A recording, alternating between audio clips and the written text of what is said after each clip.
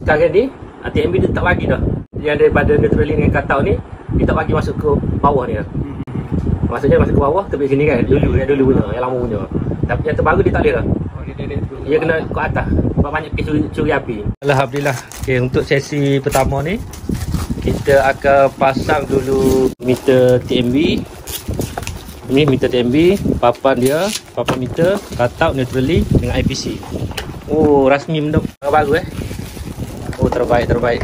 Okey, ni adalah Cik Rozi daripada mana Cik Rozi? Di Selangor. Daripada Selangor. Okey, ni adalah Cik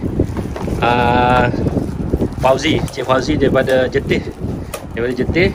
Dan ni adalah Cik Muwadi daripada Kuantan daripada Kuantan.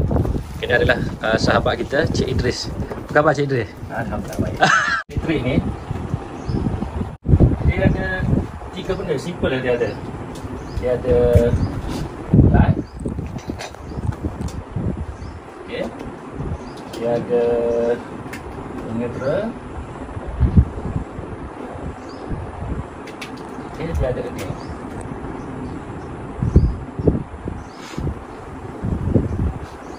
Live pula ni dia ada 3 untuk 3 phase. Dia ada red,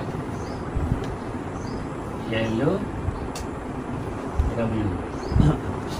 Okey, ada 3. Kalau setiap satu ni kata red, neutral, earthing dipanggil single pin. Yellow, neutral, earthing dipanggil single pin. Lepas tu blue, neutral, earthing dipanggil single pin. Kalau dia ada red, yellow, blue, neutral dengan earthing, dia baru dipanggil triple. Okey. Macam mana kita nak tahu kalau kita pergi kat rumah orang tu kan? Macam mana kita nak tahu rumah ni single pair ke triple? Kita tengok kat meter dia aje. Kita pergi kat meter dia, kita tengok. Oh, ada 2 incoming ni. Incoming ada 2, ada live dengan neutral saja. Okey. Kalau kita pergi kat rumah dia, kita tengok meter ada 4.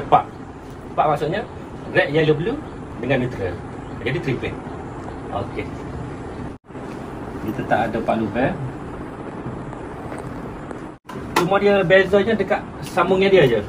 Okay, kalau untuk meter TMB L1, okey, tubik dia ujung sekali.